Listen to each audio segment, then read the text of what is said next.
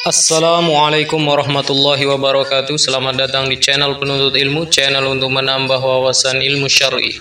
Pada kesempatan kali ini kita akan membahas salah satu biografi dari Syekh yang ada di Madinah, yaitu Syekh Abdul Razak bin Abdul Muhsin Al-Abbad Al-Badr hafizahullahu ta'ala. Nama Syekh Abdul Razak bin Abdul Muhsin Al-Abbad Al-Badr tentu tidak asing lagi bagi segenap para penuntut ilmu di Indonesia, karena beliau aktif memberikan kajian ilmiah di Radio Roja. Selain itu, beliau juga sudah beberapa kali berkunjung ke Indonesia dalam rangka berdakwah. Nama lengkap beliau adalah Abdul Razak bin Abdul Muhsin bin Hamad Al-Abbad Al-Badr hafizahullahu ta'ala. Beliau adalah putra seorang ulama besar kota Madinah dan ahli hadis Madinah yang hidup hingga sekarang, yaitu Syekh Al-Allamah Abdul Muhsin Al-Abbad. Beliau dilahirkan di kota Zulfi, Saudi Arabia, kurang lebih 300 km dari utara Riyadh, pada hari Rabu 22 Zulqa'dah 1382 Hijriah, yang bertepatan dengan 17 April 1963 Masehi. Beliau tumbuh dan dewasa di desa ini dan belajar baca tulis di sekolah yang diasuh oleh ayah beliau sendiri, yaitu Syekh Abdul Muhsin Al-Abbad. Beliau mengambil pendidikan hingga sampai kepada tingkatan doktoral dalam bidang akidah. Sekarang beliau menjadi profesor dan guru besar serta staf pengajar pasca sarjana di Islamic University of Madinah di jurusan akidah dan pengajar di Masjid Nabawi sampai hari ini. Di antara guru-guru tempat beliau menimba ilmu adalah diantaranya ayah beliau sendiri, yaitu Al-Allamah Abdul Muhsin Al-Abbad hafizahullah ta'ala, Syekh Al-Muhaddis Hamad Al-Ansari, kemudian Syekh Ali Nasir Al-Faqih hafizahullah ta'ala. Beliau merupakan pembimbing Syekh untuk tesis S2 beliau yang berjudul Syekh Abdurrahman As-Sa'di wa Juhudu fi Tawdihil Akidah. Di antaranya juga Syekh Abdullah Al-Gunaiman hafizahullah ta'ala. Beliau bersama Syekh Saleh Al-Fauzan adalah penguji tesis beliau. Dan selain mereka, semoga Allah Subhanahu wa taala membalas mereka dengan kebaikan, beliau sangat bersemangat dalam menuntut ilmu dan bertanya kepada para gurunya dalam masalah-masalah ilmu. Syekh Abdul Hawwal bin Hamad Al-Ansari berkata, adalah Syekh Abdul Razak bin Abdul Muhsin Al-Abbad setiap kali menulis buku baru, dia menghadiahkannya kepada ayahku dan dia sering bertanya kepada ayahku tentang masalah-masalah ilmu yang rumit. Di antara murid beliau adalah banyak sekali para penuntut ilmu yang mengambil ilmu dari beliau, terutama di Jami'ah Islamiyah Madinah, Masjid Jami'ah dan Masjid Nabawi. Demikian juga para penuntut ilmu yang mengikuti kajian rutinnya di Radio Roja dan mengambil manfaat dari karya-karya beliau. Syekhul Islam Ibnu Taimiyah rahimahullahu ta'ala berkata, setiap orang yang memberikan faedah agama kepada orang lain, maka dia adalah syekhnya. Beliau memiliki kedudukan di mata para ulama karena ilmu dan karya-karyanya yang sangat berharga.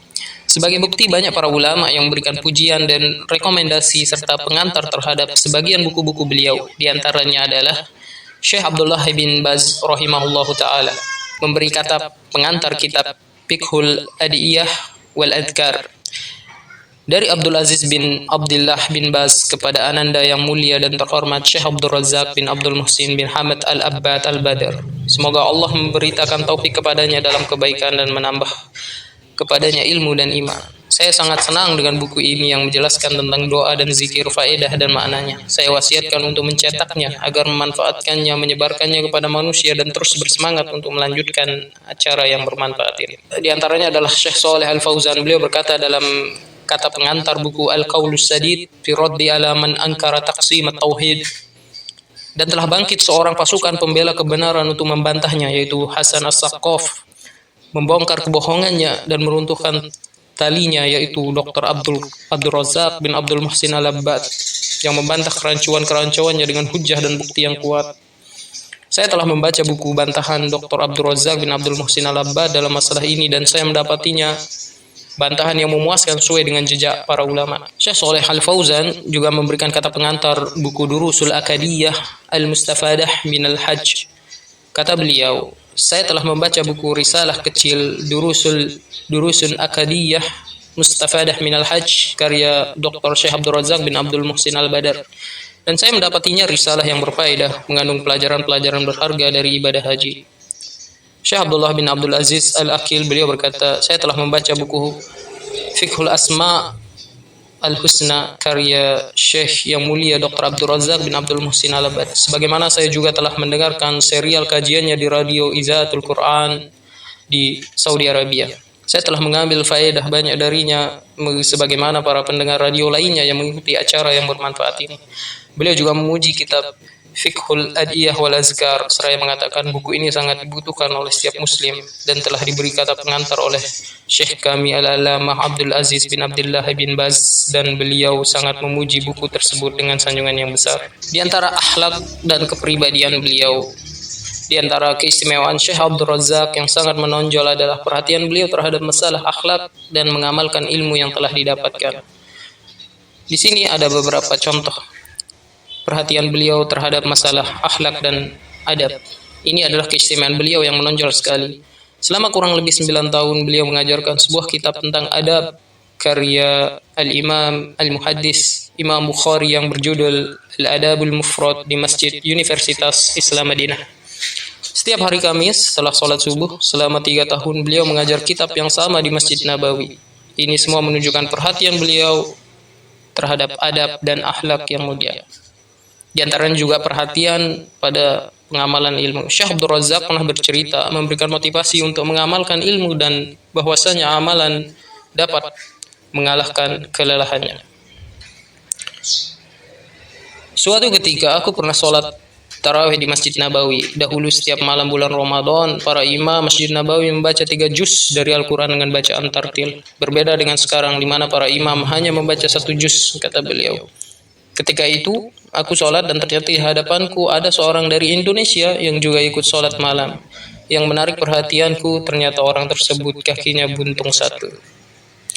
Tatkala berdiri, dia hanya bertopang pada 1 kakinya. Sungguh menakjubkan. Kita yang memiliki 2 kaki merasa lelah menunggu imam menyelesaikan bacaan 3 juz dalam 10 rakaat. Sementara orang Indonesia ini meskipun hanya bertopang pada 1 kaki, tetapi semangatnya yang begitu luar biasa, sama sekali tidak bergeming selama sholat, tidak terjatuh atau tertatih-tatih. Keimanannya yang luar biasa menjadikannya kuat untuk bertahan berjam-jam melaksanakan sholat tarawih. Kata beliau, kisah yang luar biasa ini beberapa kali disampaikan oleh Syekh tatkala memotivasi murid-muridnya untuk semangat beramal. Di antara keistimewaan beliau adalah beliau sangat disiplin terhadap waktu. Selama beliau mengajar, beliau selalu tepat waktu, baik saat masuk kelas maupun saat keluar kelas. Pernah terjadi syekh lain yang mengajar sebelum beliau memperpanjang waktu kuliah hingga beberapa menit masuk ke dalam jam kuliah beliau. Maka beliau mengetuk pintu kelas sambil memberi salam kepada syekh tersebut. Lantas beliau menasihati sang syekh dengan perkataan, "Maaf ya syekh, waktu istirahat buat mahasiswa jangan diambil." Begitu kata beliau. Dalam pergantian mata kuliah, memang ada jeda sekitar 5-10 menit yang biasa digunakan oleh mahasiswa untuk istirahat. Maka syekh tersebut yang ditegur oleh Syekh Abdul Razak berkata, "Na'am," dengan wajah yang tersipu dan penuh rasa malu. Di antara keistimewaan beliau adalah beliau punya kebiasaan memberi hadiah untuk menyenangkan hati seseorang. Syekh Abdul Razak pernah berkata kepada Al-Ustadz Firanda Andirja Hafizahullah ketika membimbing tesis Ustadz Firanda, "Hai Firanda, meskipun sebuah hadiah nilainya tidak seberapa, bisa jadi sangat menyenangkan hati orang yang diberi. Suatu saat aku pernah bertemu seorang penuntut ilmu dari Kuwait dan aku hampir lupa kalau aku pernah mengajarnya. Lantas saat kami bertemu, dia segera memelukku kemudian mengingatkan aku bahwa dia pernah aku ajar di bangku kuliah.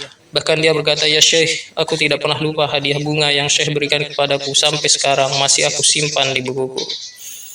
Oleh karenanya beliau terkadang bercanda dan memberikan hadiah untuk menyenangkan hati orang lain." Di antara nasihat dan petuah beliau adalah beliau berkata, "Aku ingin mengingatkan pada sebuah perkara yang terkadang kita melalaikannya tatkala kita mempelajari ilmu akidah. Ibnul Qayyim rahimahullah ta'ala pernah berkata, setiap ilmu dan amal yang tidak menambah kekuatan dalam keimanan dan keyakinan maka telah termasuki, yaitu terkontaminasi. Dan setiap iman yang tidak mendorong untuk beramal maka telah termasuki, yakni tercoreng. Seorang muslim mestinya mempelajari akidah dan hendaknya dia bersungguh-sungguh agar ilmu akidahnya tersebut bisa memberi pengaruh pada diri, ibadah dan takarrubnya kepada Allah Subhanahu wa taala."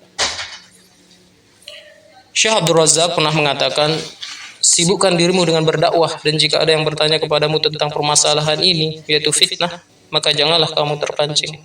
Tetapi usahakan untuk mengingatkan si penanya agar sibuk-sibuk dengan ilmu yang bermanfaat. Lanjut beliau, kita sibuk dengan dakwah, urusan kita banyak, maka tidak perlu memikirkan hal-hal seperti itu.